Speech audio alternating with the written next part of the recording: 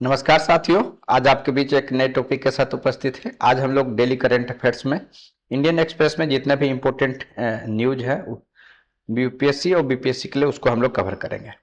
तो first news है, Iran fires missiles at Diego Garcia. तो सबसे पहले हम लोग यह जानते हैं कि उस घटनाक्रम हुआ क्या है। जैसा कि हम लोगों का जो स्टडी का तरीका है उसके हिसाब से पहले सबसे पहले हम लोग जानते हैं कि हुआ क्या है। ठीक है, तो देखिए यहाँ पर हुआ ये है कि दो आपका आईआरबीएम जो है जिसे कि कहा जाता है इंटरमीडिएट रेंज बैलिस्टिक मिसाइल्स, ठीक है, तो इसके द्वारा डियागो गार्सिया पे अटैक किया गया है ईरान के द्वारा। ठीक है, अब डियागो गार्सिया है क्या? डियागो गार्सिया यूएस और इंग्लैंड यानी ब्रिटिश का कंबाइंड रूप से जो है वहां पर मिलिट्री बेस है। ठीक है, इसका लोकेशन अगर आप देखिएगा तो इंडियन ओशन में ईरान से अगर इसकी आप दूरी देखिएगा तो अप्रोक्सीमेटली जो है आपका 4000 किलोमीटर वहां से दूर है। ठीक है, यह घटनाक्रम देखिए किस तरीके से इंपॉर्टेंट है कि ईरान के में भी जो न्यूक्लियर फैसिलिटी का जो जगह था, जो साइट था, उस सिटी का नाम नतांज है, जिस पर कि आपको पता है कि इजराइल के द्वारा जो है अटैक किया गया। ठीक है, नतांज वो सिटी है जो ईरान में स्थित है और यहाँ पर न्यूक्लियर जो इनरिचमेंट प्रोग्राम जो ईरान के द्वारा कैरी किया जा रहा था वो इसी शहर में किया जा रहा था। ये इजराइल के द्वारा जब स्ट्राइक हुआ तो उसके रिटेलिएशन में ये कहा जा रहा है कि डियागो गार्सिया पर जो है अटैक किया गया। अब देखिए ये क्या है कि ये लगभग लास्ट 50 to 60 ईयर्स से डियागो गार्सिया का यूज जो है यूएसए एवं जो यूके के द्वारा मिलिट्री बेस के रूप में किया जाता रहा। एक्चुअली वो है क्या कि चागोस एक आर्कीपेलागो है जिसे कि द्वीप समूह कहते हैं, उसका सबसे बड़ा आइलैंड है चागोस। अगर आप आर्कीपेलागो की बात कीजिएगा तो उसका सबसे बड़ा आइलैंड जो है आपका डियागो गार्सिया है, जहां पर के कुछ पॉपुलेशन 2000 के अप्रोक्सीमेट पहले थे, जिसको कि कंट्रोवर्शियल थोड़ा सा है इसमें कि 1960-70 के पास जो है फोर्सिबली वहां से हटाया गया था। तब से जो है मिलिट्री बेस के रूप में यूज हो रहा है। मिलिट्री बेस में मतलब दोनों तरीके का यहाँ चीज है, यहाँ पर जो है जो एयर बेस है यानी कि वो भी है, प्लस जो है पोर्ट्स जो होना चाहिए नेवी के लिए वो भी है। तो दोनों चीज यहाँ पर जो है आपका स्थित है।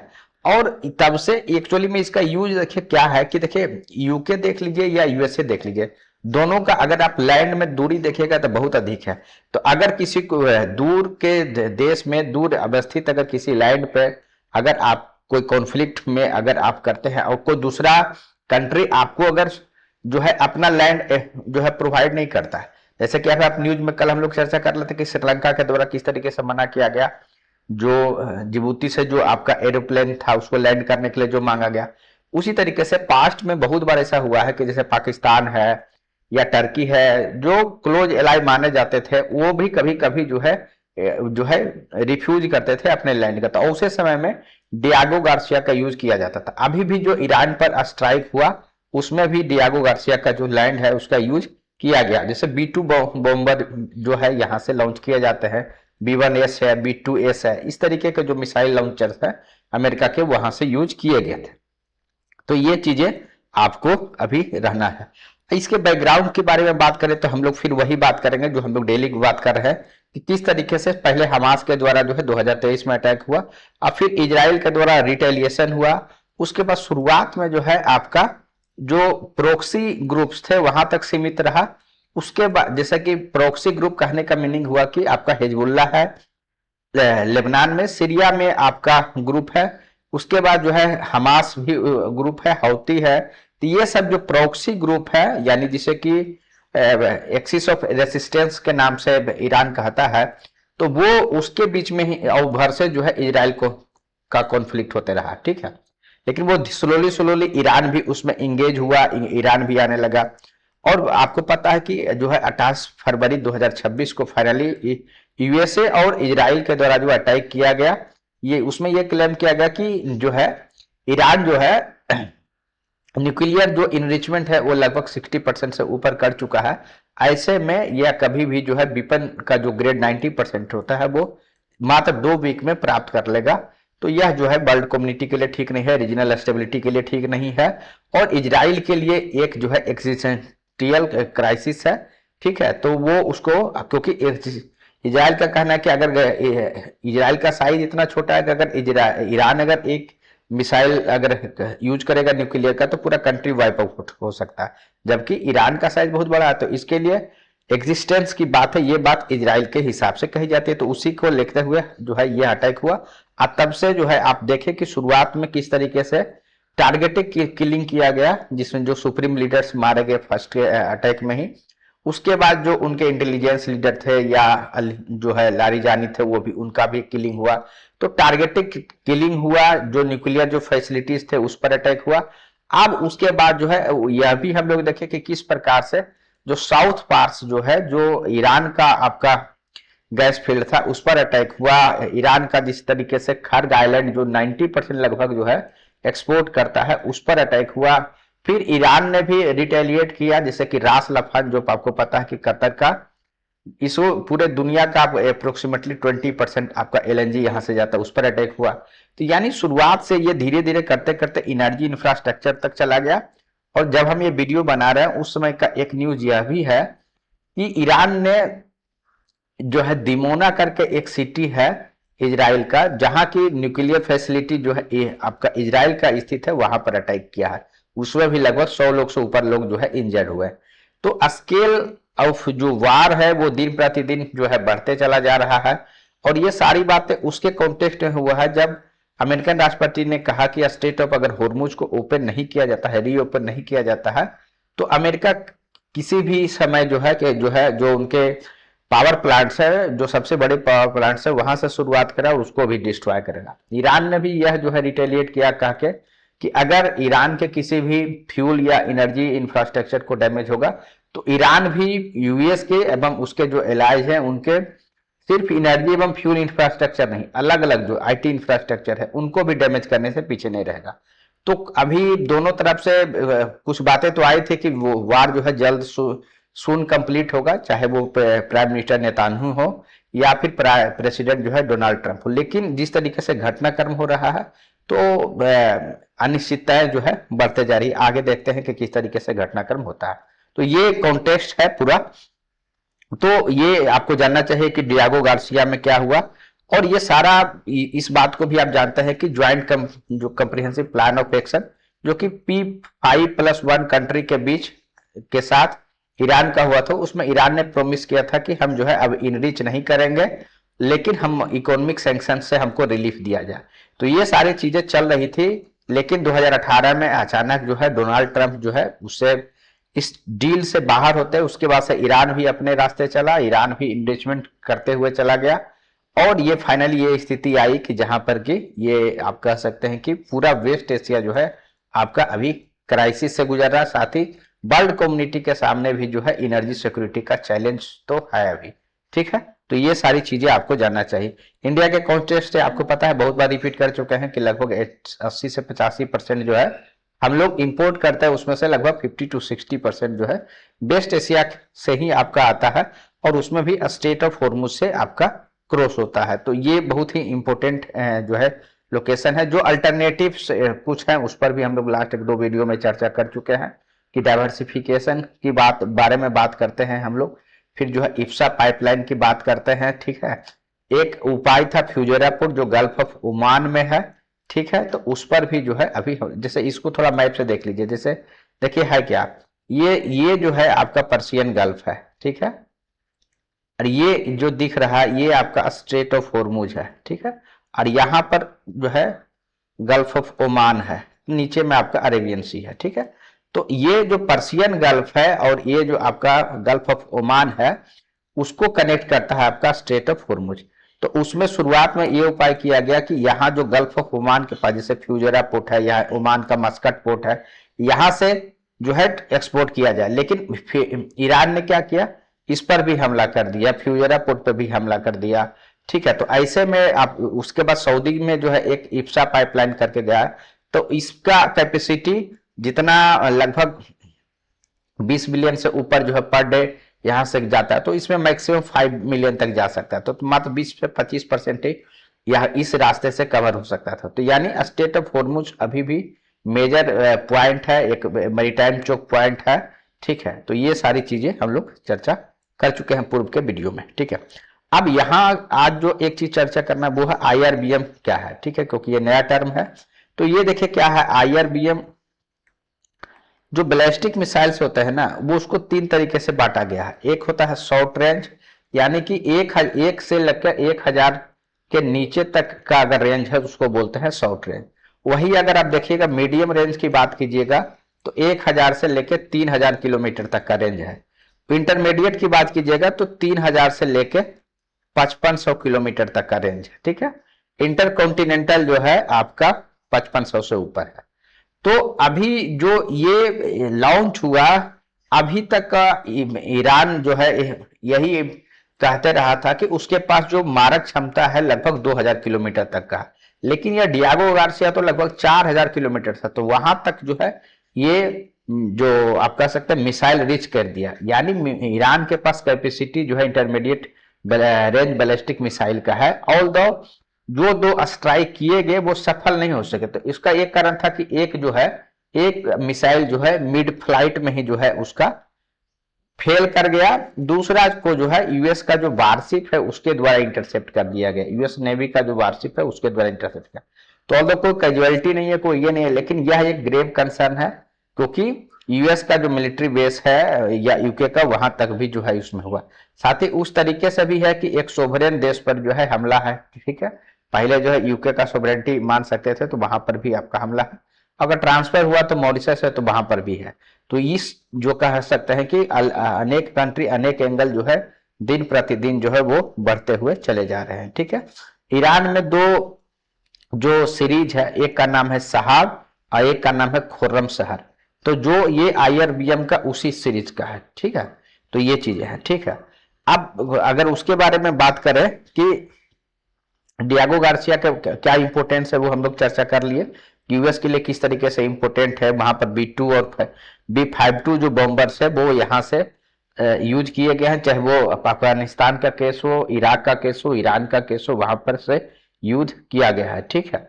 तो ये सारी चीजें जो है यहाँ इंडिया के लिए देखिए क्या कंसर्न है। हम लोग हर चीज इंडिया के हिसाब से देखते हैं। तो फर्स्ट तो एनर्जी सिक्योरिटी, डायस्पोरा, रेमिटेंस हम लोग बार बार चर्चा कर रहे हैं।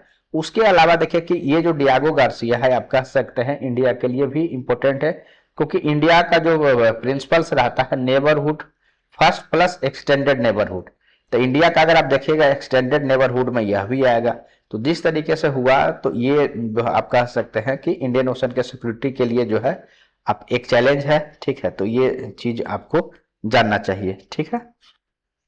बाकी चीजें जो है हम लोग बहुत बार चर्चा कर चुके हैं कि किस प्रकार से जो है अगर एनर्जी क्राइसिस होता है तो किस तरीके से जो है डॉलर का एप्रिसिएशन होगा, रुपीज का डिप्रिसिएशन होगा और इंपोर्ट बिल बढ़ेगा, उसका फिर करेंट अकाउंट डेफिसिट भी इंडिया का बढ़ेगा, उसका इंपैक्ट जो है इन्फ्लेशन देखने पर मिलेगा। साथ ही आरबीआई के पास जो है डायलेमा रहेगा और वो रेट कट नहीं कर पाएगा, उसके कारण फिर से ग्रोथ कम देखने को मिलेगा और ग्रोथ कम अगर होगा तो अनएम्प्लॉयमेंट वगैरह का भी इशू आपको देखने को मिलेगा। साथ ही एलपीजी अगर महंगा आता है तो उसका भी प्राइस जो है बढ़ा हुआ मिलेगा, उससे भी इन्फ्लेशन मिलेगा। फिर जो है क्योंकि जो फ्यूल होता है उसका यूज जो है हम लोग ट्रांसपोर्टेशन में करते हैं, तो फूड से संबंधित जितने भी चीज है वो भी आपका जो है कॉस्ट इंक्रीज होगा और ओवरऑल जो है आप कह सकते हैं आरबीआई फिर रेट कट नहीं कर पाएगा। तो ये सारा चैलेंज जो है आपका रहेगा। तो बाकी जो डायस्पोरा का टॉपिक्स है या फिर जो है रिमिटेंस का, उसके बारे में तो लगातार हम लोग चर्चा कर रहे हैं, तो उसको आज फिर रिपीट हम लोग नहीं करते हैं, ठीक है।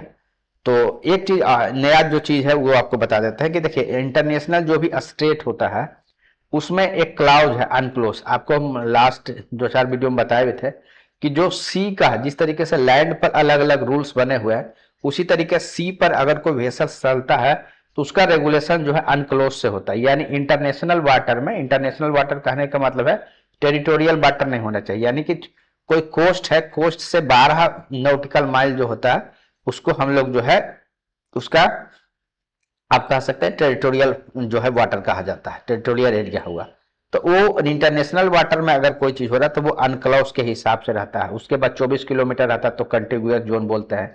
200 किलोमीटर तक जो है आपका ईजेड होता है, ठीक है, एक्सक्लूसिव इकोनॉमिक जोन, ठीक है। तो इंटरनेशनल वाटर का जो रेगुलेशंस होता है वो अनक्लाउस के हिसाब से चलता है। अनक्लाउस कहने का जो एक क्लाउज है 38, यह प्रोवाइड करता है कि कोई भी अगर कोई इनोसेंट ट्रांजिट पासेस है शिप का, तो वो है जो है सेफली कर सकता है।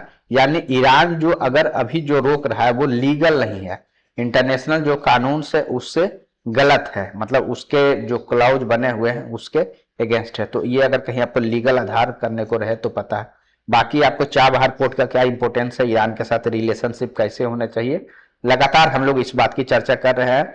इंडिया के स्ट्रेटेजिक ऑटोनॉमी की भी बार बार हम लोग चर्चा किए हैं लास्ट सभी वीडियो में, कि इंडिया जो है हमेशा डॉक्ट्रिन जो है स्ट्रेटेजिक जो ऑटोनॉमी है उसको करता है, यानी किसी कंट्री के साथ जो है आप कह सकते हैं कि वो अलायंस नहीं करता है, ठीक है, अलायंस मतलब, लेकिन हाँ सभी से जो है अपने नेशनल इंटरेस्ट के आधार पर वो डायलॉग जो है होता है इंडिया का, ठीक है, ये है। और अगर जिस तरीके से इंडियन ओशन में आप बात कीजिएगा तो इंडियन ओशन में पॉलिसी इंडिया का क्या है, सागर, ठीक है, जिसको कि सिक्योरिटी एंड ग्रोथ और ऑल की बात जो है इन द रीजन की बात किया जाता है। इसके भी जितने भी प्रोविजंस है 2-3 आर्टिकल्स पे हम लोग लगातार चर्चा किए हैं, ठीक है, ये सारे आपको आंसर्स लिखने में काम आएंगे, ठीक है।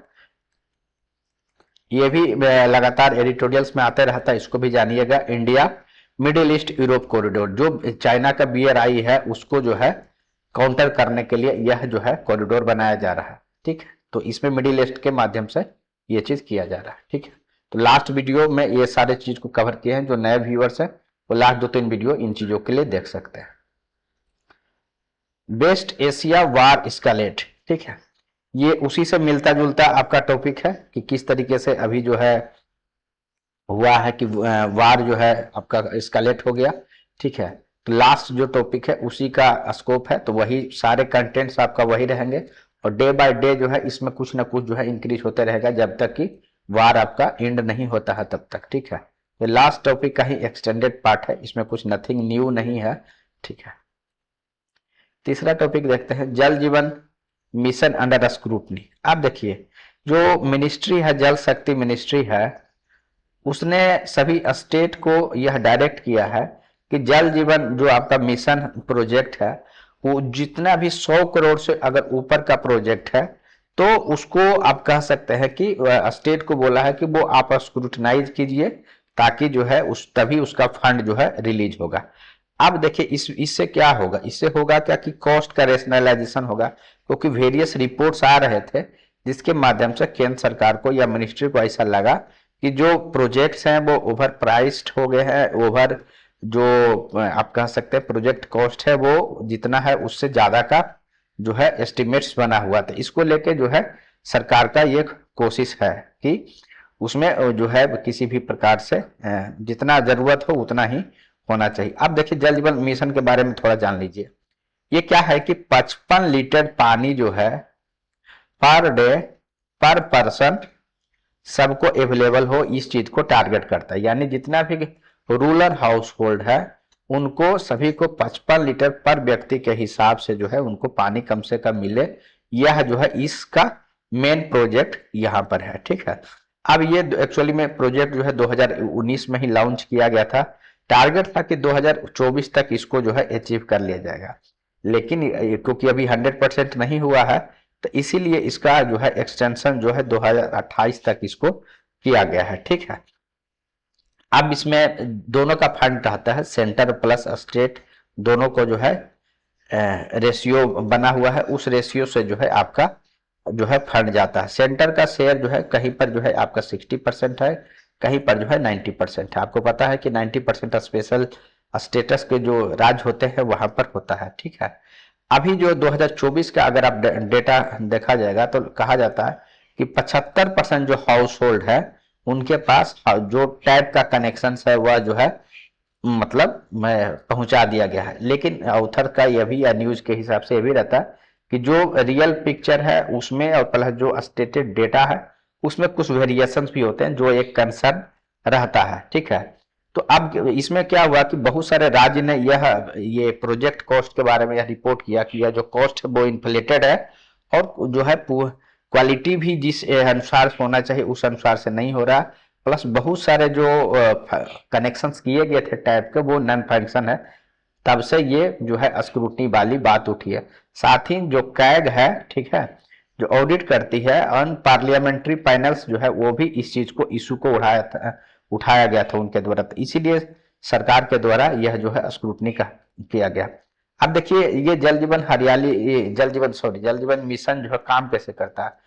अगर आप ग्रामीण स्तर पर देखिएगा तो विलेज स्तर पर भी जो है वहां भी कमिटी होता है, village water and sanitation committee, और ये क्या करता है, प्लान करता है कि किस तरीके से जो है, अभी जैसे बिहार में देखिए नल जल स्कीम्स है, तो ये क्या है कि सारे जगह जो है आपका वो वाटर अवेलेबिलिटी सबके पास हो जाए।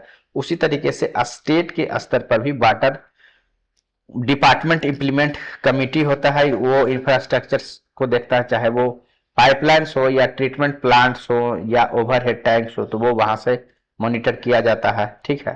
और सेंटर जो है आपका जिस अनुसार से स्टेट के द्वारा यूसी दिया जाता है, यूटिलाइजेशन सर्टिफिकेट की जितना खर्च हो गया उस हिसाब से फिर जो है सरकार के द्वारा, सेंट्रल गवर्नमेंट के द्वारा राशि किया जाता है। साथ ही थर्ड पार्टी इंस्पेक्शन भी किया जाता है कि जो दिखाया गया यूसी दिखाया गया वो कार्य हुआ भी है या नहीं है। देखिए अगर हम प्राइस एस्केलेशन की बात करते हैं तो कब कब जनरली बढ़ जाता है, कॉस्ट कभी कभी सुनते होंगे कि बढ़ जाता है, क्यों। देखिए एक तो क्या होता है ना कि जब टेंडर हुआ, आपको पता है कि गवर्नमेंट में किस प्रकार से काम होता है, टेंडर के माध्यम से काम होता है, ठीक है। अब टेंडर जिसमें हुआ उसके बाद अगर जो टेंडर जिनको मिला उन्होंने अपने प्राइस को, मटेरियल का प्राइस जो भी है, छड़ है, गिट्टी है, उन्होंने एक एस्टिमेट किया। अब उसके बाद मगर महंगाई के कारण अगर जो है पोस्ट आप कह सकते हैं टेंडरिंग के बाद अगर मटेरियल कॉस्ट बढ़ जाए तो पूरा प्रोजेक्ट का कॉस्ट बढ़ जाएगा, तो ये हो सकता है, ठीक है। या कभी कभी क्या होता है ना, बीच में अभी जो प्रोजेक्ट बना उसके बाद बीच में ही क्या होता है कि सर्टेन जो चीज है उसको जो है उसको ये कर दिया जाता है, मतलब कि वो उसका स्कोप कह सकते हैं कि बढ़ा दिया जाता है, तो उसके केस में भी जो है आपका कॉस्ट जो है आपका बढ़ जाएगा। तो ये दो चीज हुआ। तीसरा है कि कभी कभी क्या होता है कि उसमें आप कह सकते हैं कि अगर करप्शन इन्वॉल्व हो गए, ठीक है, या इन्फ्लेटेड बिल दे दिए गए, कॉस्ट जितना है उससे ज्यादा का बिल अगर दिखा दिया गया तो फिर जो है उसमें बढ़ जाता है। या कभी कभी क्या होता है कि जो कॉन्ट्रैक्टर जो है जिनको मिला वो क्या करते हैं, वो सब कॉन्ट्रैक्ट कर देते हैं, मतलब खुद से काम नहीं करके दूसरे को करते हैं, तो उसमें भी आपका कॉस्ट जो है बढ़ने का संभावना रहता है। अब देखिए यहाँ पर एक चीज है कि 100 करोड़ का थ्रेशोल्ड वैल्यू क्यों रखा गया, ठीक है, क्योंकि जो 100 करोड़ से ऊपर का जो भी प्रोजेक्ट होता है उसको लार्ज इंफ्रास्ट्रक्चर का जो कैटेगरी है उसमें रखा गया है, प्लस उतना से ऊपर का अगर खर्च है तो उसको हायर लेवल अप्रूवल का जो है जरूरत करता था, ठीक है। यानी कि जो स्टेट लेवल जो ऑफिशियल्स होते थे वो 100 प्रोजेक्ट करोड़ के नीचे तक का जो है उसी को अप्रूव कर पाएंगे, उसके ऊपर का रहेगा तो फिर जो है सेंट्रल लेवल से अप्रूवल का जरूरत पड़ेगा, ताकि इससे क्या होगा, सेंट्रल जो गवर्नमेंट है उसका स्क्रूटनी रहेगा, तो इसमें एक तो प्राइस जो है रिजनेबल रहेगा, प्लस जो है करप्शन के भी चांसेस कम रहेंगे, ठीक है। तो ये दो चीज न्यूज में है, इसमें ध्यान रखेगा। बाकी पॉलिटी के हिसाब से अगर आप कनेक्ट करना चाहते हैं तो आपको पता है कि आर्टिकल 21 वहां आप कनेक्ट कर सकते हैं कि किस तरीके से उसमें कहा गया है कि राइट टू लाइफ का मीनिंग सिर्फ जो है मतलब उसका स्कोप आपको पता है कि बहुत बढ़ाया गया है, उसमें क्लीन वाटर का एसेसिबिलिटी भी जो है राइट टू जो है आपका वाटर के अंदर है। साथ ही अगर आप एसडीजी गोल को अगर लिंक कीजिएगा तो एसडीजी गोल 6 में जो है क्लीन वाटर एंड सैनिटेशन का भी प्रावधान किया गया है, और इन सारे चीजों को जो है उपलब्ध कराने के लिए जो हमारे पीआरआई है, जो पंचायती राज इंस्टीट्यूशन है, उनका बहुत इंपॉर्टेंट रोल है। जो 73rd अमेंडमेंट हुआ उसके द्वारा पंचायती राज को का रोल जो है वाटर मैनेजमेंट में दिया गया है और उनकी बहुत ही महत्वपूर्ण भूमिका रहती है, ठीक है।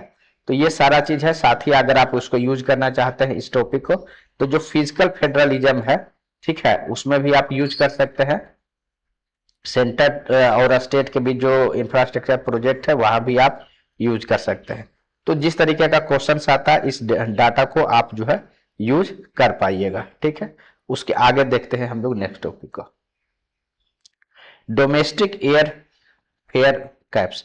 देखिए है क्या कि जो गवर्नमेंट के द्वारा जो है टेम्पोररी रूप से जो डोमेस्टिक एयर फेयर था उसका उस पर जो है कैप को हटा दिया गया। आप समझ सकते हैं ओबियस का कारण है क्या कि ये जो है पहले इंडिया का अगर एविएशन सेक्टर के बारे में थोड़ा सा आप जान ले, देखें इंडिया का एविएशन सेक्टर ने पूरे दुनिया में थर्ड लार्जेस्ट डोमेस्टिक मार्केट है। अगर आप यूएसए और चाइना के बाद देखिएगा तो सबसे अधिक पैसेंजर जो है आपको यहाँ पर देखने को मिलेगा। ठीक है, अब कोविड-19 जब हुआ था उसके बाद में गवर्नमेंट ना के द्वारा इम्पोज किया गया था कि एयर फेयर का प्राइस कितना होगा, उसके बारे में जो है ये फिक्सेशन किया गया था। लेकिन आप देखिए डिपेंड करता है ना कि कंपनी को भी तो अपना प्रॉफिट होना चाहिए। अभी जब से ये वेस्ट एशिया में क्राइसिस हुआ है तब से जो एटीएफ है, ठीक है, जो फ्यूल यूज होता है वहाँ एविएशन टर्बाइन फ्यूल जो एरोप्लेन्स में, उसका जो है प्राइस बढ़ गया। तो ऐसे में क्या हो रहा है कि कंपनी आप कह सकते हैं उनको नुकसान हो रहा है। तो इन चीजों को देखते हुए जो है आपका, क्योंकि एटीएफ का जो है प्राइस जो है इंक्रीज हुआ है, तो स्टेट ऑफ हॉर्मुज में जो स्थिति है या तो उसको लेके ये जो है इस चीज को बढ़ाया गया। आप समझ सकते हैं ओबीएस का कारण है, इसमें नथिंग जो है उस बहुत अधिक समझाने का जरूरत इसमें उस तरीके का नहीं है। ठीक है,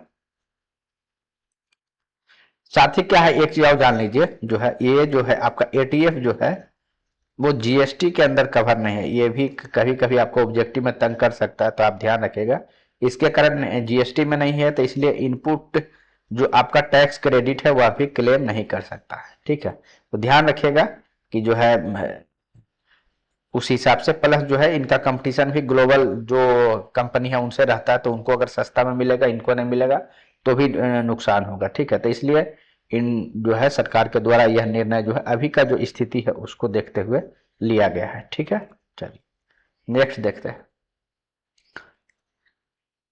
यूएस न्यू टैरिफ आर्किटेक्चर। इसको भी जो है अच्छे से देखिए। ये भी देखिए एक्चुअली में क्या हुआ ना कि यूएस ने एक बहुत न्यूज में आप देखते होंगे सेक्शन 301 को जो है लॉन्च किया है। ठीक है, अब ये अब यहां पर एक इस एक्ट को पहले समझिए। ठीक है, ये क्या है कि एक यूएस का कानून है। ठीक है, तो प्रेसिडेंट को एक स्पेशल पावर देता है अगर नेशनल इमरजेंसी टाइप से है, तो कॉमर्स को रेगुलेट करने के लिए जो है उनको स्पेशल पावर देता है। और इसी पावर का यूज करते हुए जो है डोनाल्ड ट्रंप के द्वारा जो है जितना भी टैरिफ लगाया गया था उसको जो है जस्टिफाई किया गया था। लेकिन 2025 में ही क्या हुआ कि यूएस का कोर्ट ने ये जो इस एक्ट का जो आप कह सकते हैं IEEE जो एक्ट है उसका जो है आप कह सकते हैं कि उसका जिस तरीके से यूज हुआ उसको गलत माना, और प्लस जो है जिस तरीके से टैरिफ लगाया गया था उसके बारे में कहा गया या जो है एक्सिक्यूटिव का अथॉरिटी से एक्सीड किया गया है और कांग्रेस को जिस तरीके से सुपरसीड करके लगाया गया है, यानी जो टैरिफ का जो अरेंजमेंट है उसको लीगल तरीके से नहीं इम्पोज किया गया है। तो इसमें फिर आपको पता है कि प्रेसिडेंट डोनाल्ड ट्रंप तो इससे फिर सर्टेन कुछ न कुछ तो जो है खोजेंगे टैरिफ लगाने के लिए। तो उसी के तहत जो है आपका जो सेक्शन 301 है इस एक्ट का नाम है यूएस ट्रेड एक्ट 1974। ठीक है, अब इसमें क्या होता है कि उसमें पावर देता है ये सेक्शन 301 के अंदर कि अगर जो है कोई भी कंट्री अनफेयर ट्रेड प्रैक्टिस कर रहा है, आप देख लीजिए टर्म में ही आपको थोड़ा वेगनेस दिखेगा, अनफेयर ट्रेड प्रैक्टिस अगर कर रहा तो उसके साथ जो है प्रेसिडेंट को पावर फिर मिल जाएगा कि वो टैरिफ जो है इम्पोज कर सकता है। ठीक है, तो ऐसे में जो है ये चीजें अभी आपका है, तो इसी का यूज करते हुए जैसे पास्ट में चाइना है उसके खिलाफ भी जो टैरिफ लगाया गया था इसी जो है सेक्शन 301 का यूज करते हुए। इंडिया का कॉन्टेक्स्ट आप देखिएगा तो इंडिया जो है लगभग वह 130 बिलियन डॉलर का ट्रेड जो है यूएसए के साथ रहता है। यहाँ पर इंडिया का एक्सपोर्ट की अगर बात कीजिएगा तो ज्यादातर क्या है आईटी सर्विसेज है, फार्मा सेक्टर्स में है, टेक्सटाइल है, ठीक है, जेम्स है, इस तरीके का ज्वेलरी है, इस तरीके का जो है वो ज्यादा एक्सपोर्ट करता है। और इंपोर्ट की अगर बात कीजिएगा तो जो सेमी कंडक्टर्स है, फिर ऑयल है, ठीक है, डिफेंस इक्विपमेंट है, ये सारी चीजें जो है इंपोर्ट करता है। ठीक है, उसी तरीके से इंडिया का अगेंस्ट भी जो है आपका जो स्टील और एल्युमिनियम के विरुद्ध जो है टैरिफ जो है लगाया गया था इसी चीज का यूज करते हुए। ठीक है, तो अब हम लोग यह देख लिए कि अब जो है यूएस जो प्रेसिडेंट है उनको यह जो सेक्शन 301 है वह ऑथराइज कर देता है कि टैरिफ लगाने के लिए यूनिलेटरली, यानी उस समय उनको कांग्रेस से जो है, कांग्रेस यानी जैसे इंडिया में पार्लियामेंट है उसी तरीके से वहां जो है सांसद को कांग्रेस बोलते हैं, तो यह जो है उसका बाईपास करते हुए वो चीज लगा सकते हैं। अब इंडिया के लिए देखिए, हम लोग इंडिया के हिसाब से इसको अगर देखें तो इंडिया के लिए आपको पता है कि यूएसए सबसे बड़ा ट्रेड पार्टनर है, स्पेशली अगर फार्मा सेक्टर की बात करें, आईटी सेक्टर की बात करें, टेक्सटाइल सेक्टर की बात करें तो ये बहुत ही इंपॉर्टेंट है। साथ ही ऐसे में जो अभी लिया जा रहा है तो इंडिया किसी भी तरीके से प्रोवोक नहीं कर रहा, किसी भी तरीके से इंडिया को आपको पता है कि एक जो है deal, bilateral trade deal sign होने ही वाला था, इसी के बीच में ये सारा डेवलपमेंट हुआ है। तो इंडिया अभी वेट एंड वॉच की स्थिति में है कि किस प्रकार से चीजें होता है उस, ताकि जो है सारे कैलकुलेशन के बाद ही फिर जो है आपका डील जो है फाइनल होगा। ठीक है, तो इंडिया के केस में यह भी है, अगर इंडिया, साथ ही न्यूज में यह भी कहा जाता है कि अगर ये किसी भी तरीके से अगर चाइना को हर्ट होता है तो भी इंडिया के लिए गेन है। क्यों? क्योंकि जो भी मैन्युफैक्चरिंग सेक्टर को अगर वहां पर मार्केट अगर आप कह सकते हैं कि कठिन होगा तो वो फिर इंडिया की तरफ जो है मूव करेंगे। ठीक है, तो ये सारी चीजें आपको जानना चाहिए। साथ ही क्योंकि जितने भी वेस्ट कंट्री हैं उनका एक पॉलिसी रहता है चाइना प्लस वन, यानी चाइना में जितने आप जिस तरीके से डोमिनेंस बढ़ा, मोनोपोली बढ़ा, तो है कि चाइना का रिप्लेसमेंट या तो बांग्लादेश, इंडिया जो कंट्री है वो बने। तो अगर किसी प्रकार से अगर टैरिफ जो आर्किटेक्चर होता है उसके कारण अगर चाइना में आप कह सकते हैं मैन्युफैक्चरिंग सेक्टर के लिए डिफिकल्टी होता है तो वो फिर इंडिया का रुख कर सकते हैं। ठीक है, साथ ही इंडिया अभी वेट एंड वॉच की स्थिति में है ताकि कोई जो है हास्टी डिसीजन नहीं हो, और फिर एक जो ट्रेड डील जो साइन होने वाला था वो एक बेहतर कैलिब्रेशन और बेहतर कैलकुलेशन के साथ ही जो है फिर चीजों को किया जा सकता है।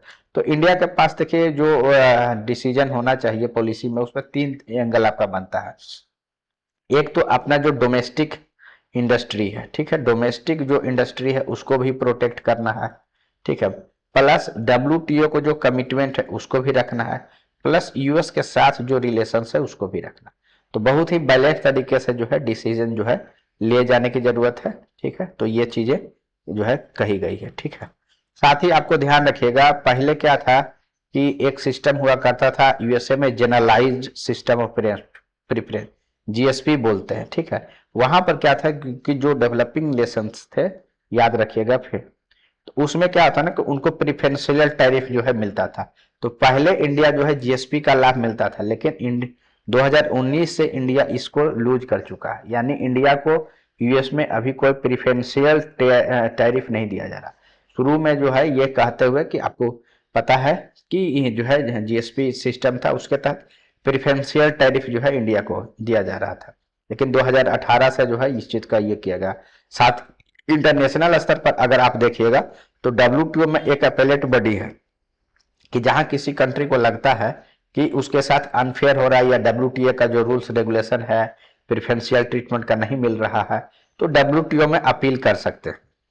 लेकिन डब्ल्यूटीओ का जो अपीलेट बॉडी है वहां पर अपॉइंटमेंट ही अभी यूएस के आप कह सकते हैं के कारण नहीं हो पा रहा, तो अभी ऑप्शंस ज्यादा नहीं दिख रहे हैं। ठीक है, तो आप कह सकते हैं कि ये सब चैलेंजेस जो है इंडिया के सामने जो है अभी है।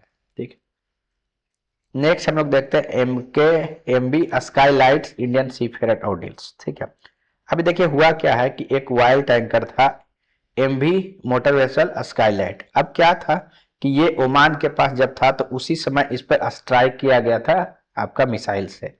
ये आपका आप कह सकते हैं कि इसमें one of the first vessel था जिस पर कि कैजुअलिटी हुआ था। ठीक है, अब ये जो कैजुअलिटी हुआ था उसके जो शिप के जो कैप्टन थे वो मारे गए थे। अभी तक वहां जो एक क्रू थे जो वायलर का काम करते थे, वहां पे वायलर जो है शिप पर जो इंजन होता है ना वहां पर उनका काम होता है। ठीक है, तो वहां पर जब वो काम करते थे तो वो अभी तक नहीं मिले हैं। अभी क्या है कि ये जो शिप है वो आया है इंडिया और 9 जो सी फेरर है वो जो है इंडियन सी फेरर बचे और अभी जो है मुंबई आए। तो जब ये आए यहाँ पर तो उस समय की स्थिति ये है कि उनके पास ना तो पासपोर्ट है, ना एटीएम कार्ड्स है, ना किसी प्रकार का डॉक्यूमेंट्स है। समझ सकते हैं कि सारी चीजें बीच में जो है डिस्ट्रॉय हो गया होगा जब स्ट्राइक हुआ है तो। ठीक है, इसी के बीच में जो डीजी शिपिंग है, जो इंडिया का जो शिपिंग को जो देखता है, डायरेक्टर ऑफ जनरल शिपिंग जो है, उनके द्वारा 500 सी फेयरर्स को वेस्ट एशिया का जो कॉन्फ्लिक्ट जोन है उससे बाहर लाया गया है। तो यहाँ पर देखिए एक मेजर इंडिया के लिए कंसर्न में, अभी तक हम लोग जो डायस्पोरा की बात करते थे, हमेशा हम लोग सी फेरर को मिस कर जा रहे थे, ठीक है। यानी बहुत सारे इंडियन जो है वो शिप पर काम भी तो कर रहे हैं, और वो जो है, तो इंडिया क्या है कि वन ऑफ जो लार्जेस्ट जो आप कह सकते हैं सी फेरर्स वर्ल्ड वाइड देखिएगा तो उसमें इंडिया से 2 लाख से ऊपर जो सी फेरर्स है वो काम करते हैं आपका, ठीक है। और ये इंडियंस का एक बहुत बड़ा पॉजिटिव है कि वो स्पोकन इंग्लिश में अच्छे होते हैं, तो कम्युनिकेशन के हिसाब से दूसरे कंट्री के भी जो होते हैं उनसे अच्छा रहता है। इसलिए one of the most demanding आप कह सकते हैं जो क्रू रहते हैं या फिर ऑफिसर्स होते हैं वो इंडिया के होते हैं, क्योंकि इंग्लिश बहुत अच्छा होता है और कम्युनिकेशन बहुत ही की है, ठीक है।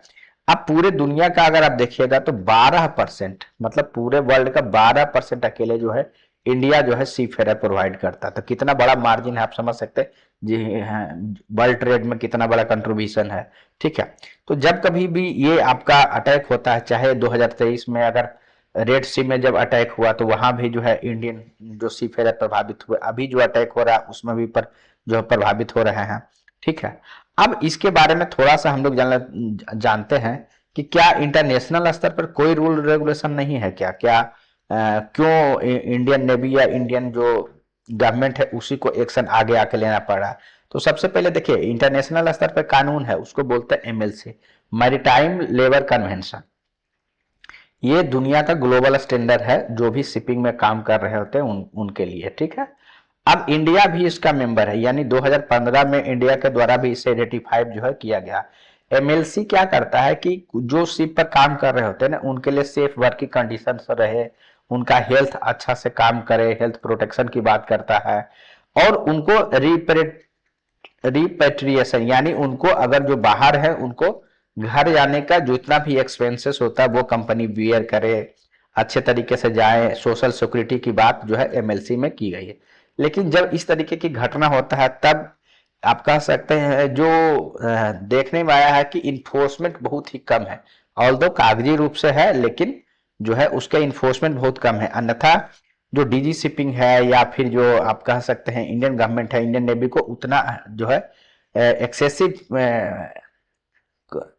वर्क प्रेशर नहीं होता इन चीजों को लेकर। लेकिन अभी क्या है एमएलसी के ऊपर है, तो अब क्या होता है कि इसमें रेस्पॉन्सिबिलिटी किसका होता है, कौन काम नहीं करे ये समझना।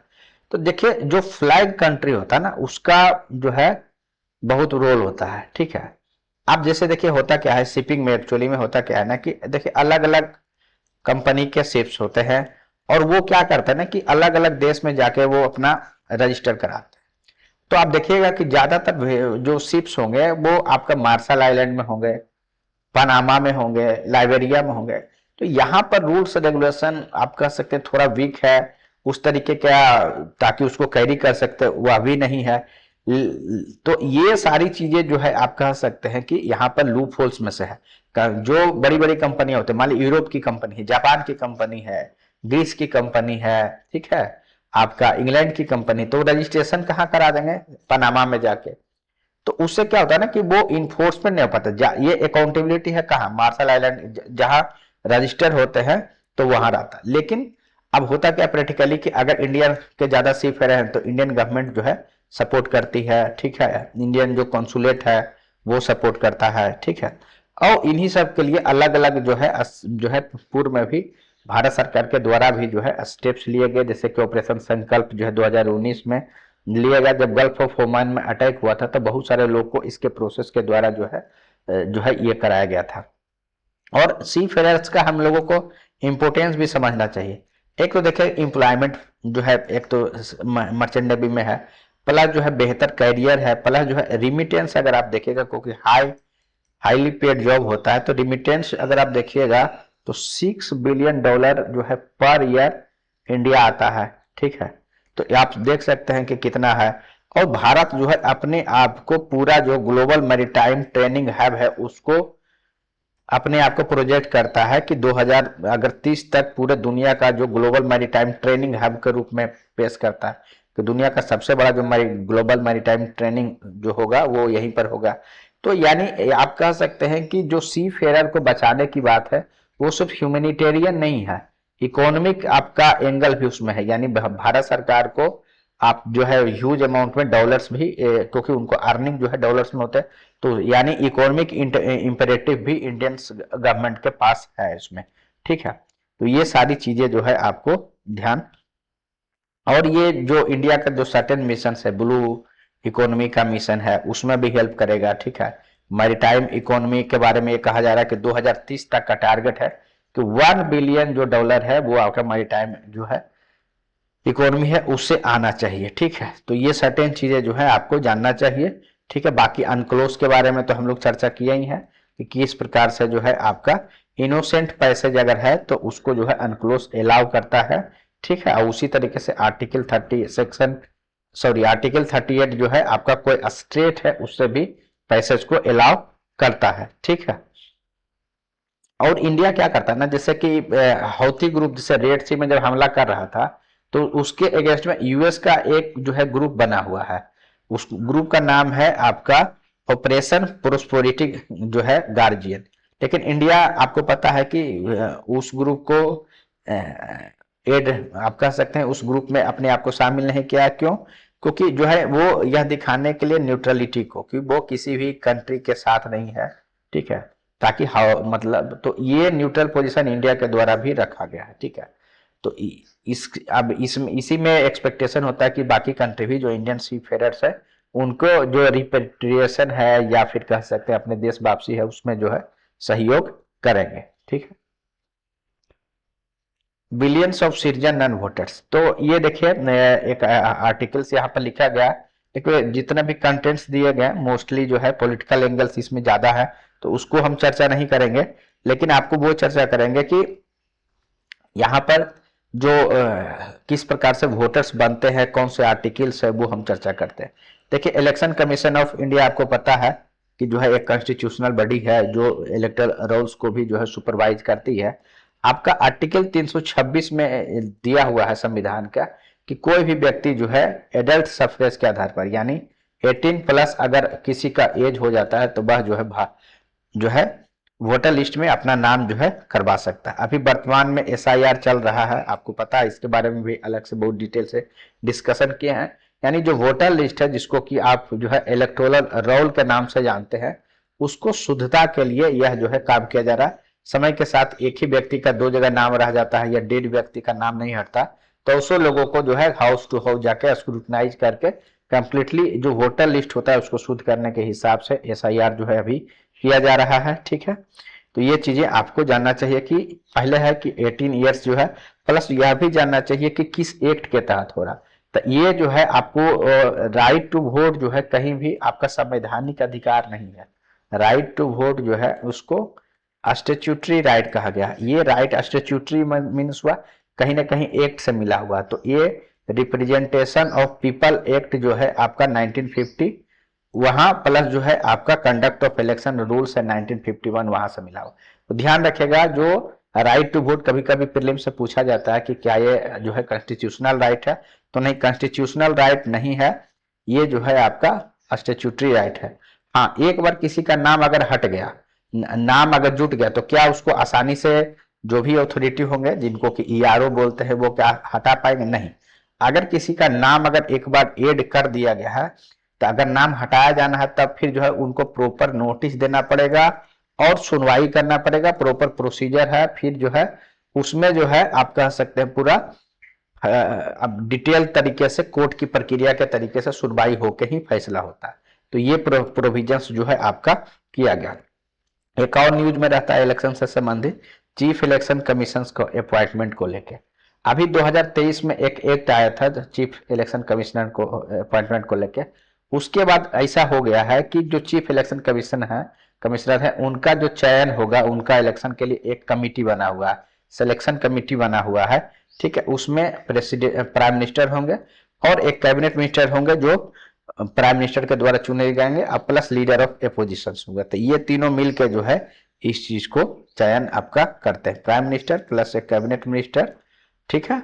और प्लस लीडर ऑफ अपोजिशन, ये भी जो है चीजें आपका रहता है। ठीक है, चलिए last, child marriage Jodhpur annulment. ठीक है, अब इस घटना से ज्यादा जरूरी है चाइल्ड मैरिज के बारे में हम लोगों को जानना। ठीक है, तो आप इसको, इसमें एक्चुअली में क्या है ना, एक साथी ट्रस्ट है जो कि बहुतों लोगों को जो है चाइल्ड मैरिज से लगभग बचाया है। ठीक है, 2000 ऊपर बच्चों को इस जो एसोसिएशन है साथी ट्रस्ट, आप कहीं एग्जाम्पल्स में दे सकते हैं तो आप लिख सकते हैं साथी ट्रस्ट, उसके द्वारा बचाया गया।